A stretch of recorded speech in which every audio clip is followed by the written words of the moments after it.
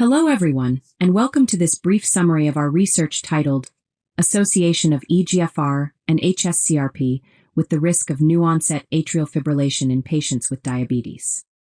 Atrial fibrillation is the most common arrhythmia and poses significant health risks, particularly for individuals with diabetes.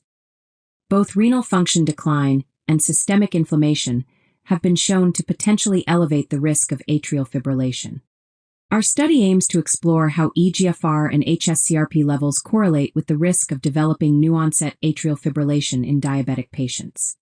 In our cohort study, we analyzed data from over 16,500 diabetic patients who did not have atrial fibrillation at the start of the study.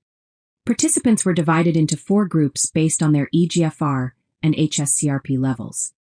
Over an average follow-up of 12.6 years, we recorded 222 new cases of atrial fibrillation.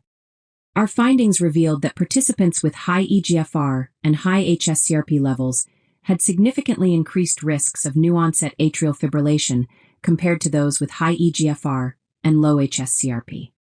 Specifically, the hazard ratios for the groups with high eGFR and high hs-CRP, low eGFR and low hs-CRP, and low eGFR and high hs-CRP were found to be 1.641, 1.571, and 1.759 respectively.